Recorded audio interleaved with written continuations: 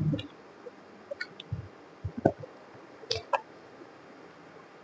Morning, જય જીનેન્દ્ર, જય શ્રી કૃષ્ણ, સત શ્રી અકાલ, જે કઈ હોય. દાખલા નંબર 10 છેલ્લે આપણે 9મો દાખલો ગણ્યો હતો મિત્રો વાર્ષિક હિસાબનો. આજે 10મો દાખલો. શોર્ટમાં ફટાફટ રકમ વાંચું છું. લવ અને કુશ એ એક પેઢીના ભાગીદારો છે. તો 60% પોતાની જેમ બેના અને બાકીનો 2 જણાના ઋણમાં વહેંચે છે. તરીકે 2017 ખાતા છે અને ઓલા પરથી ચાલુ કરીને પાકો કરી દે. ખાલી 3 જ વસ્તુ બોર્ડમાં જો આ દાખલો પૂછાય તો તમારે 20 મિનિટની અંદર ગણવાનું થાય. મારે તો સમજાવવાનું હોય એટલે થોડી વાર લાગે, બાકી 20 મિનિટની અંદર આ દાખલો તમારે આરામથી થઈ જશે, ગેરંટી આપી. સારું, એક એક કરીને એન્ટ્રી મૂકતા જઈએ. લવની મૂડી ઉપાડ, કુશની મૂડી ઉપાડ. ચાલુ ખાતાની આ તો સ્થિર મૂડી ખાતામાં આવશે. સ્થિર મૂડી છે ને, લવ અને કુશ 1,20,000 અને 80,000.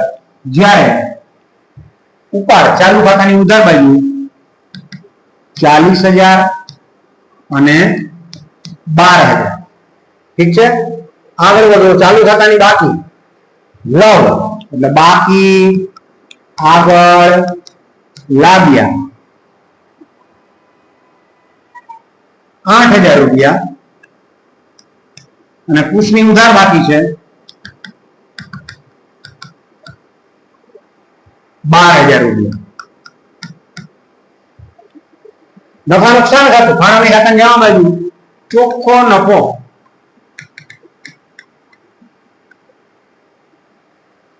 80,000.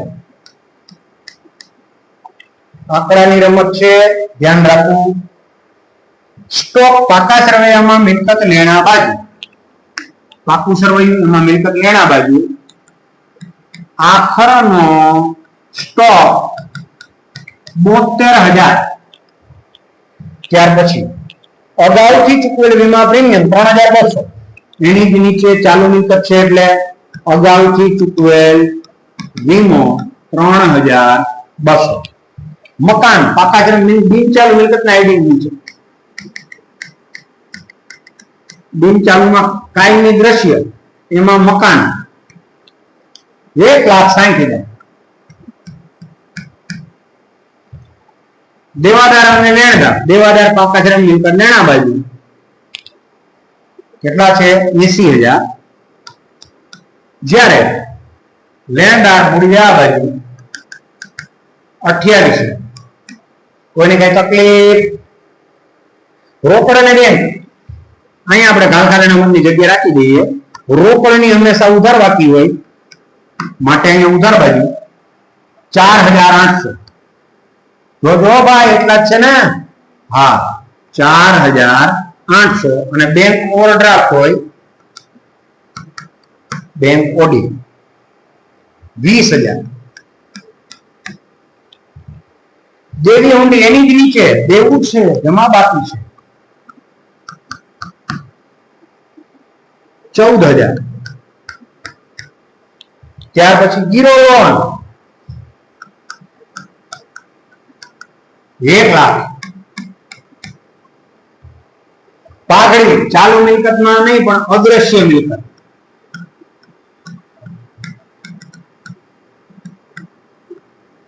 પાઘડી 40,000. બાકી મજૂરી ચાલુ દેવામાં ચૂકવવાની બાકી મજૂરી જમા બાકી હોય એની 2800 રૂપિયા.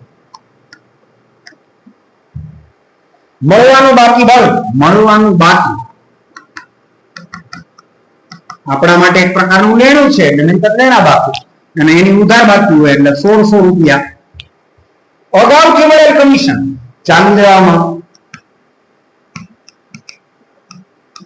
અગાઉથી મળેલ કમિશન જેની જમા બાકી 800 રૂપિયા. કાલખાતામાં દેવાદારમાંથી બાદ મિત્રો તમારે એને મૂળજા બાજુ લખવાની લખી શકાય, પણ આપણે બાદ કરીએ છીએ 8,000 રૂપિયા. 12 ના બોલમાં 72,000. પેટન્ટ અને ફર્નિચર. પેટન્ટ અદ્રશ્ય મિલકતમાં કેટલા રૂપિયા છે? 12,000. જ્યારે ફર્નિચર કેટલું છે? 24,000. આઈનું હવાલો. ચાલો ફટાફટ પેલો હવાલો. મૂડી પર 6%. આ કઈ મૂડીનું વ્યાજ કે છે? તો કે સાહેબ સ્થિર મૂડી.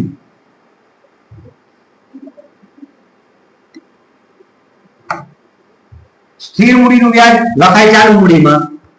મૂડી પર વ્યાજ 6%. 1,20,000 ના 6%. 1272 માથે 2 મીંડું. 848 માથે 2 મીંડું. અહીંયા જમા કર્યો ફાળવણી ખાતામાં ઉધાર.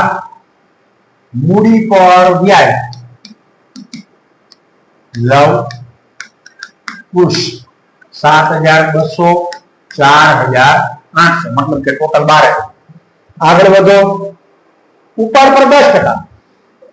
ઉપાડ પર વ્યાજ અહીંયા ઉધાર હોય એટલે વ્યાજ ઉધાર થાય 4,000 અને 1,200.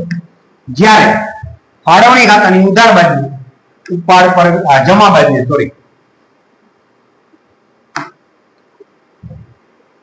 ઉપાડ પર વ્યાજ અહીંયા ઉધાર હોય એટલે અહીંયા જમા થાય ને. લવ અને કુશ 4,000 અને 1200. ચાલો પહેલો હવાલો હવે સેટ પૂરો થયો. બીજો હવાલો ચાલુ ખાતાની શરૂઆતની બાકી પર 10% લખે વ્યાજનો.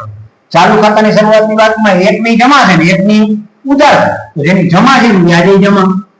ચાલુ વ્યાજ 8,000 ના 10% એટલે 800. જ્યારે 12,000 ના 10% એટલે 1200.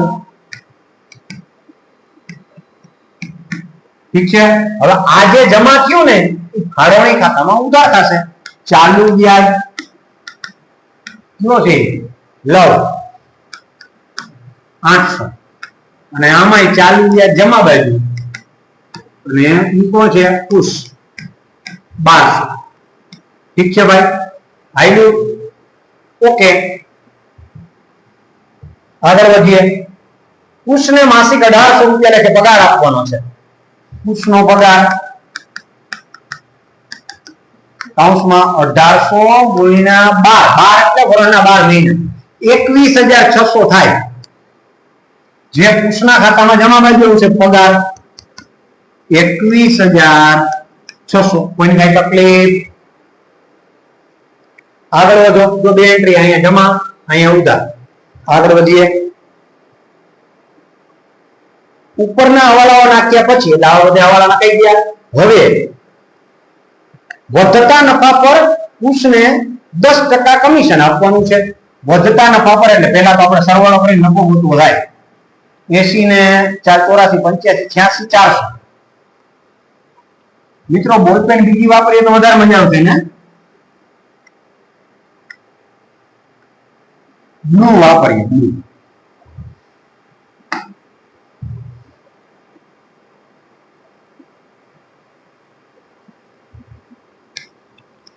86,400. દેખીતી વાત છે. અહીંયા મારે 86,400 મૂકવા પડે. મીંડા છે વા ધ્યાન રાખજો.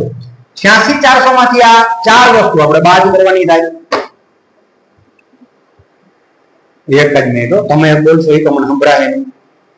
86,400 માઇનસ 7,200 માઇનસ 4,800 માઇનસ 800 માઇનસ 21,600 એટલે 52,000 રૂપિયા આવ્યા. એના 10% કુશને કમિશન. કુશને દેવાનું હોય ને ભાઈ. હા અહીં જમા બાજુ કમિશન 5,200.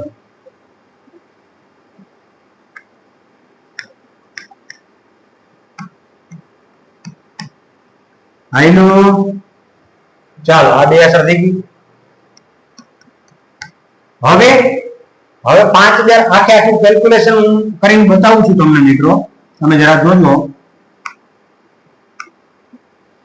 રકમ કેટલી છે નફાની. જમા બાજુમાંથી ઉધાર 52,000 એના 10% એટલે 5200 કમિશન.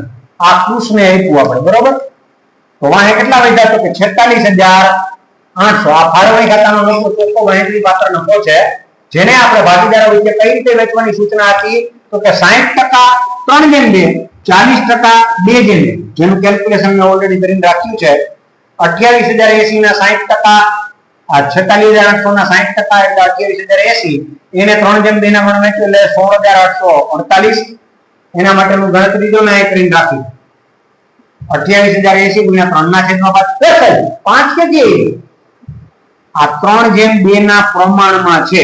મતલબ કે આપણે બીજું કઈ નથી કર્યું, ત્રિરાશી મૂકી કે ભાઈ 5 ભાગે 28,080, 3000 કેટલા? 3 ભાગે કેટલા? તો 16,848 આવે છે, જ્યારે બીજાને 11,232 આવે છે. આ બાકી વધતી રકમ 2:1 માં, બાકી વધતી એટલે 46,800 માંથી 28,080 બાદ કરો એટલે કેટલા વધે? 18,720.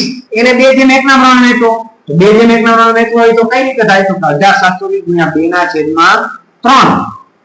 આ બગડો છે, આ તગડો છે. સાહેબ તગડો ક્યાંથી? 2 ને 1 3, સીધી સાદી ક્રિયાથી છે કે 3 ભાગે 18,720, તો 2 ભાગે કેટલા? 18,720 ગુણ્યા 2 ના છેદમાં 3, એટલે 2 નો ટોટલ હવે કરો તો આ જે લવ ને મળતી નફાની રકમ છે ને આ છે 29,328. ચોખ્ખો વહેંચણી પાત્ર નફો 46,800 અને એમાંથી લવ ને મળે છે 29,328 અને કુશ ને મળે છે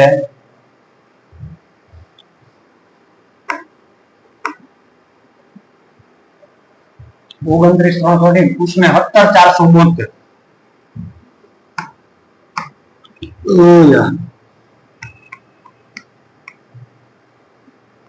17,472. છતાં એક વખત ટ્રાય કરવા માટે આપણે ગણી લેવાય કે એનો સરવાળો પાછો 46,800 આવી જાય છે ને, 29,328 પ્લસ 17,472 આવી ગયા ભાઈ. Ready done. હાલો હવે આ નફો મૂડી ખાતામાં લઈ જવાનો, ચાલુ ખાતામાં. ચોખ્ખો વહેંચણી પાત્ર નફો 29,328 17,472. સારું, હવે આ બધાનો સરવાળો કરવાનો.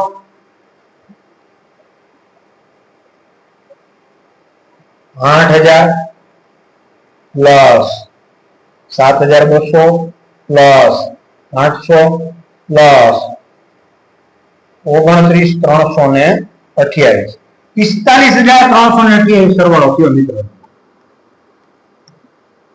45,328 માંથી 44,000 બાદ કરો એટલે એની બાકી આવે આગળ લઈ ગયા 1,328. ઠીક છે. હવે આ જમા બાજુનો સરવાળો કરો. 4,800 પ્લસ 21,600 પ્લસ 5,200 પ્લસ 17,472 એટલે 49,072. ભાઈ બધાનું કેલ્ક્યુલેટર ચાલે છે ને? 49,072. તો મારે અહીંયા એટલા જ લખવા પડે અને એમાંથી 12 24,000 ને 2400 માઇનસ 24,000 માઇનસ 2400 એટલે 22,672. હવે આ બંને બાકી જમા બાકી જ છે, માટે પાકા સરવાળામાં મૂડી જવા બાજુ જ આવશે. ચાલુ ખાતા લવ અને કુશ 1,328 અને 22,672. સરસ. ચાલો હવે બાકા છે સરવાળો કરી લો, કામ પૂરું. મેં કીધું તું પ્રમાણે સરવાળા નીચે 2 લીટી કરી નાખો. 2 lakh plus 1,328 plus 22,672 plus 1 lakh plus 28,000 plus 20,000 plus 14,000 plus 2800 plus 800 3,89,600 આવ્યા. આ બાજુ સાહેબ બી બાજુ એટલા જ આવે તો ખરા, પણ આપણે નથી આવતા ઘણી, તો કરવાનો સરવાળો 1,60,000 plus 24,000 plus 40,000 plus 12,000 plus 72,000 plus 3200 plus 72,000 plus 4,800 plus 1600 3,89,600. કોઈને કઈ તકલીફ, કોઈને કઈ વાંધો નથી ને તો પૂછી લેજો ડીએમ કરીને. સારું ભાગો હાલો.